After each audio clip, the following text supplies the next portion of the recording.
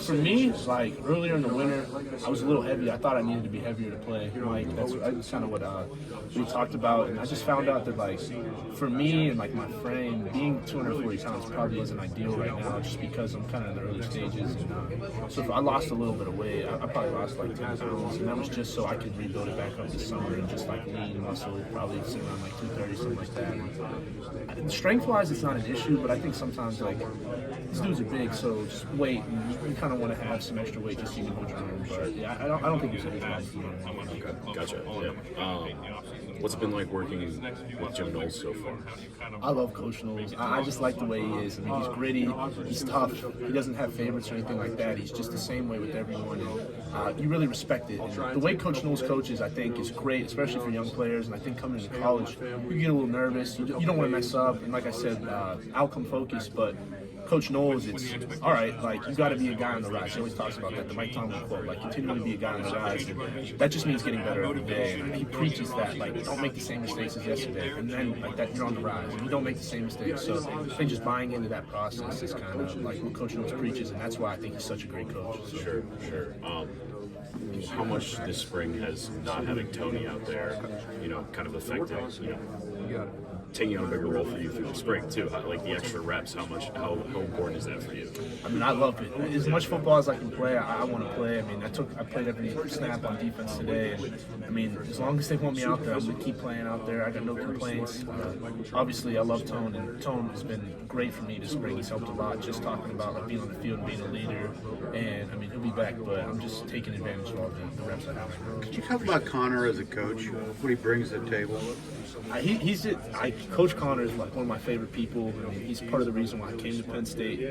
I just think he's one of the people, and he's mastered it. He coaches everybody, just like he's great with people, like relating to people, especially his players. I mean, being a former player, Coach Connor is just he understands the game. He teaches technique well, but he also teaches like scheme well. Like he's the whole package as a coach. I love him. Like he's just the best. So. That's cool. Do you interface with Knowles at all? I mean, Coach Knowles, he's not like the linebackers coach like Coach Allen was last year. Yeah. But I mean, I talk to him from time to time, and we have unit meetings where we'll kind of talk through things. But he's not like he sits in our room sometimes, but like not as much as I talk to Coach Knowles.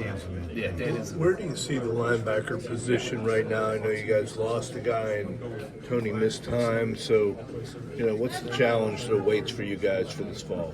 I just think all the young guys need to step up.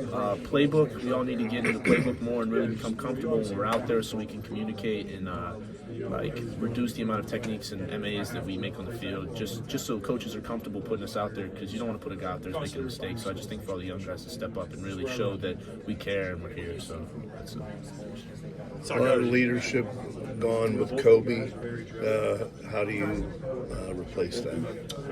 I mean, Kobe's a great person, and I think that's kind of where it starts, just being like a good person to everybody and treating everyone right. But also, I learned this from Coach Connor. You kind of just got to figure out how people are and really push them in a way that maybe that's just how it works, and really getting to know everyone. So I think just being a good person and really being there for everybody. So.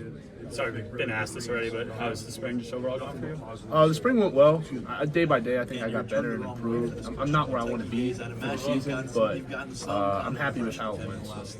Coach Connor talked about at practice this week how you kind of emerging as a leader. Is that kind of something you've always kind of prided yourself on? Yeah, I mean, in high school especially, I think I took on a big leadership role, and you get to college and you're kind of a younger guy, so you kind of sit back and play your role. But now with we've lost like 2 guys in the LB room, I knew it was my time to step up just for the team and for the room. So that was a big thing for me. Was that something that you just internally was like, all right, my time, or is that something that Coach Connor came to you and said, all right, your time? I think it was. I mean, Coach Connor would never do that because I think he would think that would put like some pressure on me or something like that to kind of. But we had talked about it, and I'm not a super like rah rah guy, if that makes any sense. I don't like yelling at people or anything like that. So I talked to him and I asked him, how did you lead when you were here at Penn State? Because he's also a quieter person, and it was you just win everything you do, you compete in everything you do, and you just show that, and you help the younger guys out. Like that's all you have to do. Like you have to show that you're a dude, but also that you're here for everyone. And I took that very seriously, and that advice he gave me, and I kind of embodied it, and that's how I attack everything. I would just say, we talked a couple of years ago, I think, about Connor, the way he recruited you. Yeah.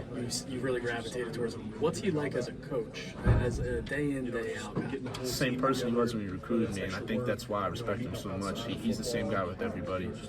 Coach Connor respects everyone, and he just treats everyone like he's just a good coach. I mean, he's the same person. He's very insightful, but he also doesn't overcoach, and he understands like what it is to be a player. So.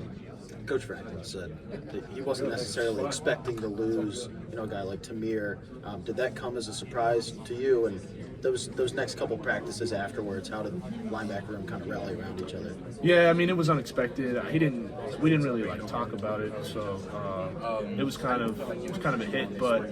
I mean, we all knew what it was when he left. We all had to step up. So I think it was no one took a step back. We all just kind of pushed forward and we're like, we got this. You know what I mean? Just for Coach Connor and Coach Knowles, like kind of we got this. So. Given kind of the injuries and also the transfer portal entries, has it been talked about at all? Potentially adding more depth in the portal, and how exactly are you guys handling that? No, we haven't talked about it, but I think it's in the air.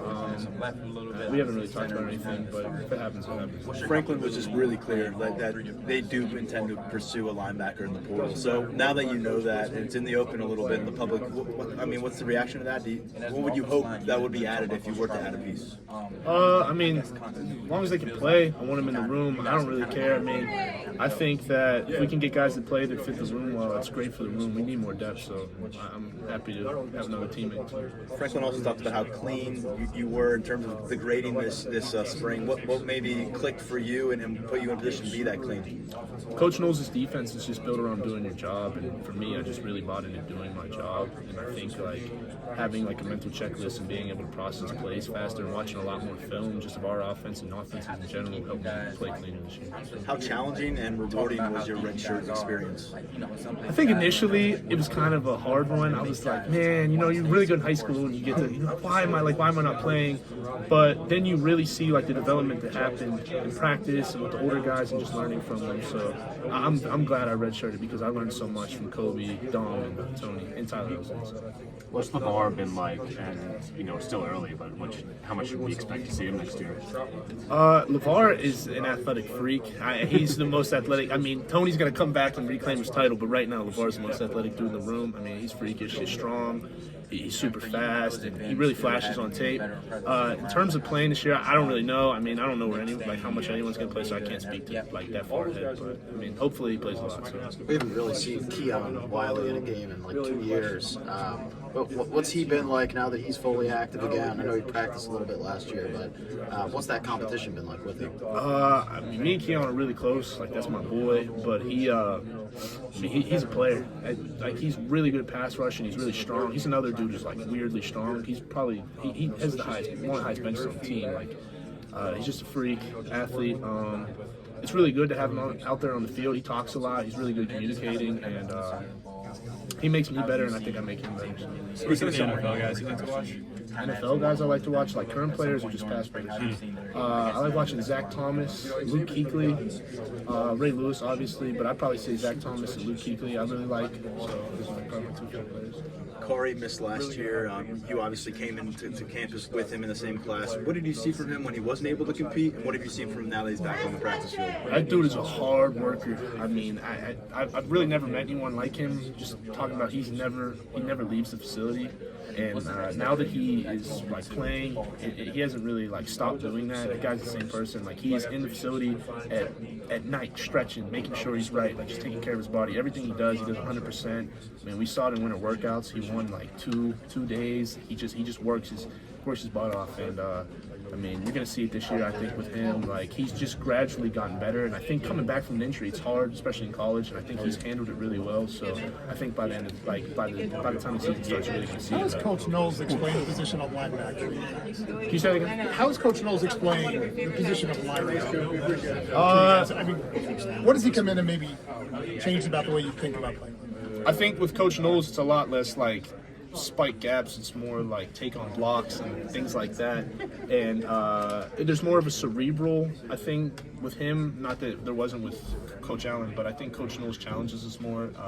And he's put a lot of pressure on the linebackers because I think we lost Kobe, so it was we needed to step up. And I think he's done a really good job of pushing us. So. Appreciate it. Thank you.